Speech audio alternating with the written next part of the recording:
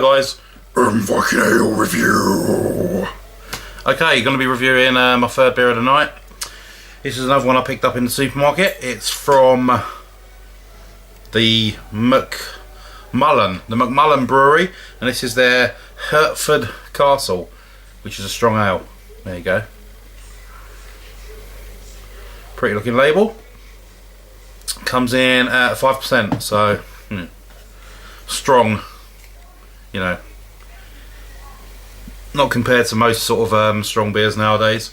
Yeah, it says McMullen, which is a Hertford based brewery from the Whole Hop Brewery. This premium beer from McMullen's Whole Hop Brewery is brewed in honour of Hertford Castle, once a royal palace and the home of Queen Elizabeth I for much of her childhood. A strong ale, Hertford Castle comprises natural whole leaf aroma hops, best Suffolk malted barley, and McMullen's own pure spring water. The result is a traditional English bitter, blah blah blah blah, boring. Right, okay. No, it might be nice. Don't write it off yet, don't write it off yet, come on. Right. I need to shave my barnet, my hair's getting big. If I let my hair grow, it tends to turn into an afro, so, which is why I usually got a bald head. Plus I'm starting to find a few grey hairs now, so. Right, so, same colour as the other two. Typical amber, golden colour, filtered, no bottle conditioning, tight white head, as you can see. Mr. Happy. Right, okay, so let's get a nose on it. Not really getting much on that, considering its whole hop leaf aromas. Right, when I put my hand over it, I don't know if some of you guys do it as well. It does tend to sort of like condense whatever aromas are there into a smaller space, so therefore you get a bit of a smell. This one I'm not getting much. It smells like brown bread. Brown bread, a little bit of raisin,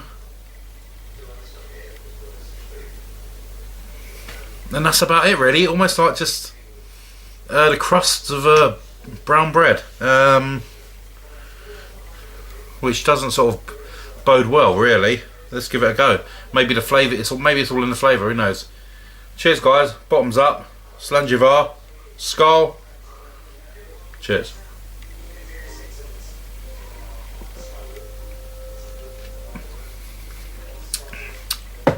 Ugh. Oh god, it's so boring. It really, really is. You know, I've stopped reviewing for a little while. I've come back into the supermarket, seen all these new beers and thought, you know, maybe they've sort of upped their game a bit. Maybe they're starting to get more, you know, maybe these brewers are starting to realise that, you know, they can't just stick to the same old blueprint and, or should I say brown print, because it's so boring. It's bog standard, you know, it's a little bit clean, it's got malts in it, you know, a little bit malty, a little bit bitter, a little bit earthy, blah blah blah, you know, churn along on the factory, fucking hell. It's, what is the point? What makes brewers think, you know what, let's brew a beer that tastes, let's brew a beer that tastes like Doom Bar. Or let's brew a beer that tastes like, I don't know, Cumberland Ale or something like that. It's just something bog standard. You know what I mean? This has got to be cash cows for these brewers making beers like this, because they think, you know, this is how we're going to make our money. Make a really boring beer. People who just don't really give a shit about what they're drinking will drink it. And it's so unoffensive that they'll nick it. So, you know, that's where we make our money. But the thing is, it has a reverse factor, because then people think all ale tastes like this, and this is why craft beer is taking over real ale, because real ale is just it's an archaic ideal at the moment. It's like, you know, for a prime example is I went to the Newton Abbot Beer Fest. Just Devon beer. That's all they had there. Cask Devon beer. I've done a little video on it. We had a bit of a laugh. The only beer there that was nice was the Hunter's beers, because they decided, you know what, we're going to do something different with our beers. We're going to add this to this one, that to that one, make them different. You know, you got Blackjack, which is a nice fruity black, you know, dark beer. Then you've got the Royal Hunt, which is a nice zesty sort of citrusy beer. Then you got Full Bore, which is a nice barley wine. You know, and they're not. I'm not saying they're anything like the American stuff, which goes over the top, you know, in your face, Holy Grail beer. But you know, they're really unique and tasty. And when I went to this festival, it was all Devon beer. No word of a lie. I mean, 95% of those beers tasted the same. It was just boring, dusty, you know, bland, blah, fucking sawdust beer. And that's all I can describe it as. It's so boring. And I know the old guard love all that sort of stuff, because that's what they was brought up on. But, you know, come on. People have got taste buds nowadays. People want to try different stuff. And Real Ale is just, it's dead in the water if it stays like that, because the old guard are going to die off, and you're going to be left with these people thinking, what's this shit? You know what I mean? And the brewers need to wake up and realise that they can't keep getting away with this shit. Because fair enough, the supermarkets are buying it off you.